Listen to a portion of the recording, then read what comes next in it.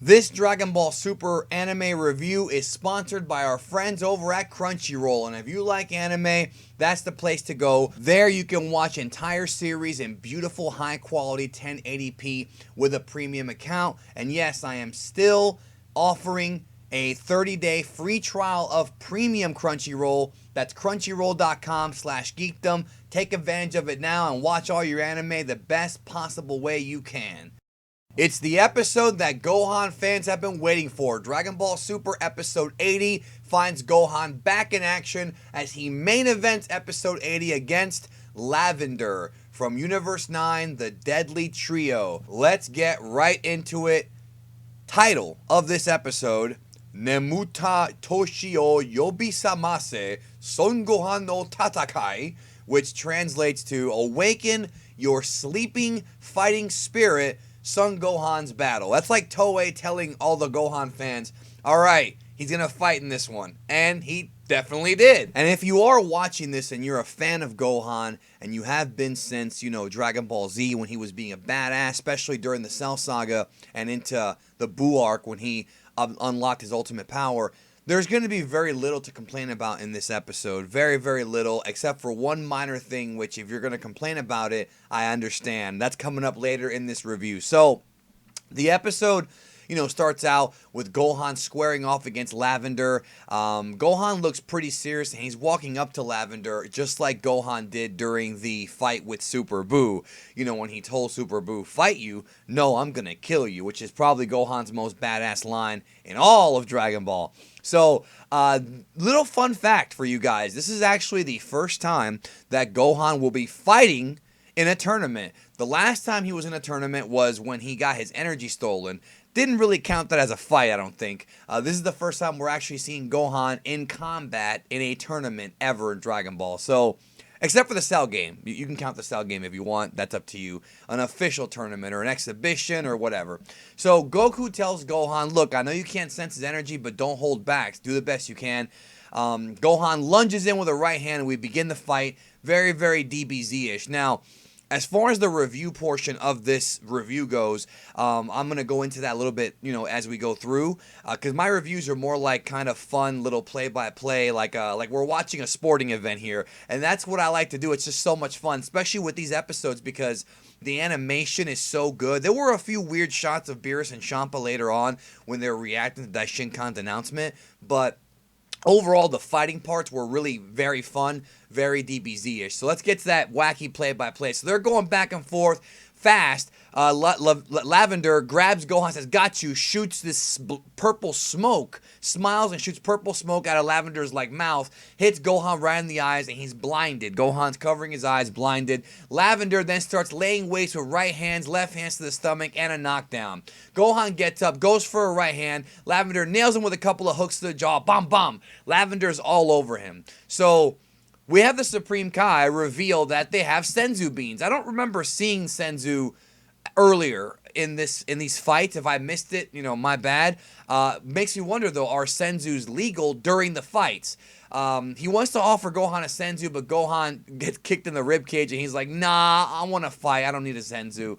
I do have respect for Gohan for saying that. So Gohan wants to go about it alone. Lavender slowly sneaking around Gohan. I just want to real quick say, big props. I knew it was going to be great. The voice of Lavender is Takeshi Kusao. Like I said in my episode preview last week, he is the voice of Future Trunks as well as Sonic the Hedgehog and, tons of characters. He does a great job playing this dastardly, sneaky, villain or heel, Lavender. So he tries to nail Gohan with a kick. Gohan hears the kick, blocks it with a right hand. So like so many of us predicted, Gohan is now listening to his opponent. He's hearing what's going on. He can't sense energy, but he can hear what's going on like Blind Fury. If you've ever seen the movie Blind Fury, you know what we're talking about. Or Daredevil, except that Gohan doesn't have mutant powers, but he has a lot of other powers. Gohan, well actually, I don't think Daredevil was a mutant, but whatever, he wasn't. So Gohan focuses on Lavender's footsteps, blocks the attack, whatever. Lavender goes in, Gohan blocks, huge kick to the mouth. Looks like one of the kicks that Guile would hit you with. Lavender comes back swinging some more. Gohan blocks, dodges, reverse roundhouse. Lavender goes down. So right now we've got Gohan up on points because even though Lavender was nailing him earlier, Lavender's the one who's in trouble. Lavender's power appears to be pretty close to Gohan's. I'm not seeing a distinct strength advantage during this fight. So that tells me that Lavender is probably not at the tier of like a Goku or a Vegeta, but just being at the tier of Gohan's already very impressive. Bergamo then tells us that Gohan being blinded actually heightened his other senses. So his hearing, his smell, his taste. I don't think Gohan wants to taste Lavender, but, you know, to each his own. So Lavender backs away and starts to gather some energy, fires a ki blast, but Gohan is protecting himself from some of the shots with an invisible barrier. Then we find out that Lavender, the reason why Lavender is firing long distance shots from the air is because the aerial attacks are harder for Gohan to listen for because you can't hear the footsteps of your opponent. I really like this. I really, really like this. I'm so happy that strategy has come back to Dragon Ball. So many people have been hitting me up. Do you think we're going to see a new transformation? There was a fake Super Saiyan White transformation video that came out earlier this week from Latin America. Very well done, but it was fake. People want new transformations, and I don't. I don't want new transformations. I want the fights to be more about strategy, more about combat. That's what I love about Dragon Ball. If they use a new transformation, it has to be effective, I think. And I also feel like for this tournament, it should be more focused on brains rather than just doing an ass pull. That's my opinion, of course. Not everybody will agree with me, and that's fine. I just want to see more strategy in these fights. So, Gohan knows that he has more power inside of him. He powers up, transforms to a Super Saiyan. We go to commercial break. They have this weird commercial with this Japanese singer. I don't know. She didn't sing very well, and I don't know much about Japanese singing, but I know what I like, and I didn't like her. Just my opinion, of course. Come back from the break. Ro Kaioshin's been talking shit the whole time. Toppo immediately senses that Gohan's boosting in power and takes an interest in these fighters that can boost their power.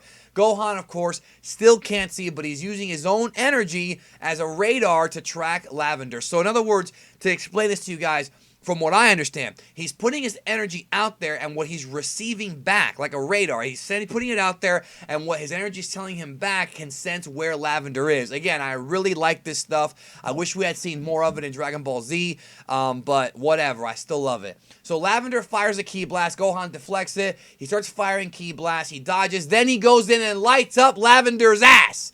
I mean, Gohan rips into this fucking guy.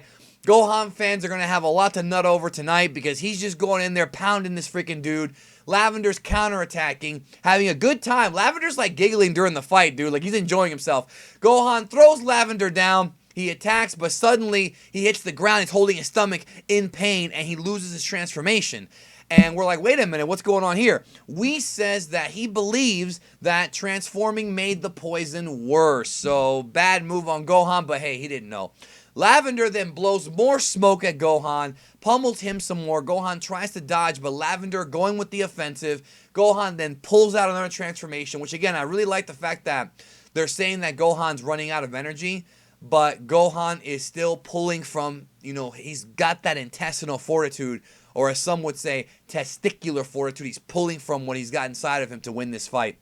So, they have this epic beam struggle. Just epic beam struggle. Really great stuff.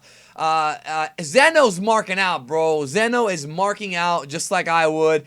Gohan loses the beam struggle. He's heading down to the arena. Lavender blows more smoke. Gohan, this is epic shit. Gohan with a big right hook to the jaw, puts him in the full Nelson, and looks like he wants to hit him with the Uncle Slam like the Patriot did in WWF in 97. Slams him down with the full Nelson Slam into the arena. Lavender is down. Lavender is down. Gohan's entire body is pretty much covered with like purple stuff. And Lavender, he goes down. He's pretty much knocked out. Gohan is standing over him. Gohan goes down. The Daishinkan calls it a draw. Okay.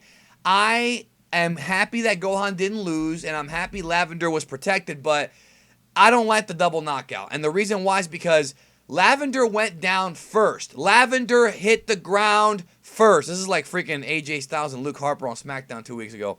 Lavender hit the ground first, brother. Gohan was standing over him. Even though Gohan was only standing over him for like 3 seconds, like, still, dude, like, Gohan won the, I'm sorry, but I think Gohan won the fight. I think if, again, I'm not going to argue with the great priest, he'll kick my ass, but brother, Gohan was left standing before Lavender, dude. What were they thinking? But whatever. I still am going to stand by my prediction that Gohan and Lavender will have a rematch during the actual tournament and that Gohan will win. That is my prediction still. I'm still going to... This is far from over.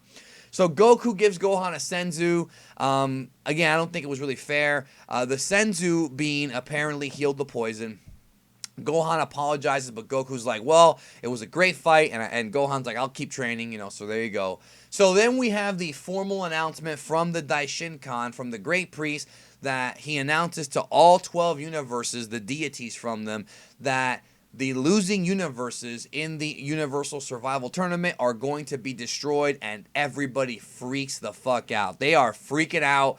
They are scared. This is the first time it's actually been officially announced to everybody. As far as I know, I think Goku and them knew ahead of time, but nobody else knew. But now they know, and they did not react in kind. But that's not the biggest bombshell that the Daishinkan dropped. So, here's the big bombshell. Universes 1, 5, 8, and 12 are not going to be competing in the Tournament of Power. They are exempt from the Tournament of Might. Apparently, the Omni King has always thought there were too many universes, so this tournament is just an excuse to get rid of the weak ones, which to me is, man, he's kind of a dick, right? That's kind of a dickish thing. So pretty much what they determined is that and this is kind of weird, okay, so try to follow me, that the average quality of planets with mortals in each universe gets a rating, right? Universe 9 has the worst rating, and Universe 7 has the second worst. So the idea is they want to wipe out the universes that have the worst mortals, which I guess Samasu was on to something, brother. I'm sorry, this is wacky. So, as a result of that, because Universe 1, 12, 5, and 8 are so righteous, they're spared. All right. This is weird, but I think it's quite the bombshell here. So the Tournament of Power is going to have 8 universes competing, not all 12. That's a big, big, big thing, guys. Very big bombshell. So anyways, up next week, Goku versus Bergamo. Apparently Bergamo can turn giant, but I'll go into more details on that during my episode preview for Dragon Ball Super. And yeah, those of you who predicted that it would be a draw, you are a great prognosticator. I haven't said that word in a while, but you definitely are, all right? So 1-0 in this fight, of course, it's going to be Goku versus Bergamo. I wonder if Goku will win this or if it's going to be 1-1. This is going to be very interesting. Very, very interesting. Very hard to call.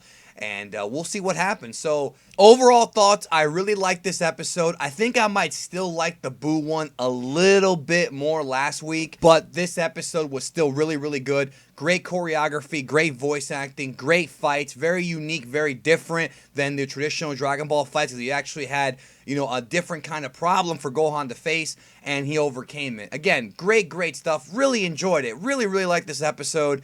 And Gohan fans are probably going to like it even more than me. I think, again, 79 is a tiny bit better, but 80 is still really, really, really good. Before I go, guys, as always, check out Crunchyroll. They're our sponsor. Tons and tons of anime on there. If you are an anime fan, Crunchyroll is the Netflix of anime. Not just Dragon Ball Super. You've also got One Piece on there as well. There's so much on there. Blue Exorcist. There's just countless stuff. Digimon Adventure. Try.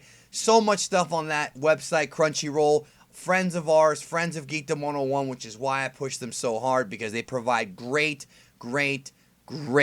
content. And again, it's the Netflix of anime, so what more could you want if you like anime? Anyways, I will talk to you guys tomorrow. I hope you guys have a great weekend. See you guys then.